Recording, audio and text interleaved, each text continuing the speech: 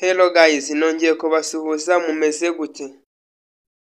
Nshuti zanjye nongeye ndabasuhuje. Uwo tugiye kurebana iyi video ngiye kukwereka application yagufasha kuba wakora indirimbo yawe. Ngiye kukwereka uburyo ki aho wayikura. Iyo application niyo bariya ba Chris Easy bakoresha, bariya bahanzi ba Deben. Ni application bifashisha maze video zabo zikaba zakamamara, bakaba baririmba neza. Iyi application waba uzi kuririmba waba utabizi irabigufasha maze nawe ukagira indirimbo nziza cyane.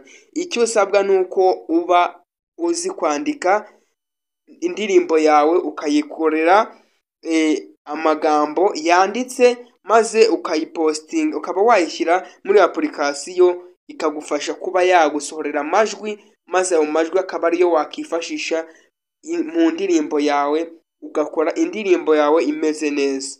Niba uri mushyashya kuri umuyoboro wacu wa YouTube kanda subscribe ukore no kunzogera tujye tubana umunsi ku wundi. Wowe icyo usabwa ni ugufungura amakonegisiyo maze ukaza ahandi dukura application. Murahazi ahantu handitse Play Store. Kuri application yacu mwebwe mukoresha phone turaza dufate hano, dufatemo Play Store ngiyi maze tuyifate turebemo iyi application. Na application nziza cyane iragufashamo ibi bintu. Uraza aho usearchingira wandikemo ina application bita Suno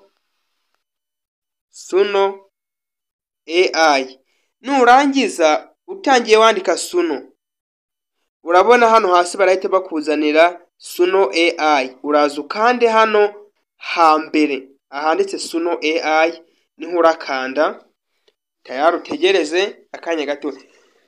Igifunguka urahita ubona ko hano ihise ifunguka. Dore ni iyi ngiyi ya hano hasi yanditseho Suno. Uraza uyemezeho, nurangiza ukore install. Urakora ahantu handitse install, ibanze ijye muri telefone yawe. Nimara kugeramo uraba uyikizemo, nzabereka uko muzajya mukoreramo indirimbo maze ukabasha kuba wayandika maze ukayishyiramo, ikaba yagufasha gukora indirimbo yawe. Ngewe urabona ko hano nayo nayishyizemo iranafunguye nta kibazo. Ngewe hano ni ugukora open, nayo nayifunguye.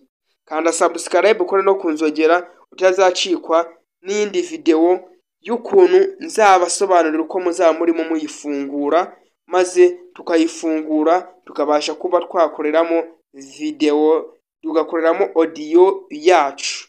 Ndabashimiye mwebwe twabanye kugeza kuri uyu munsi. Mukomeze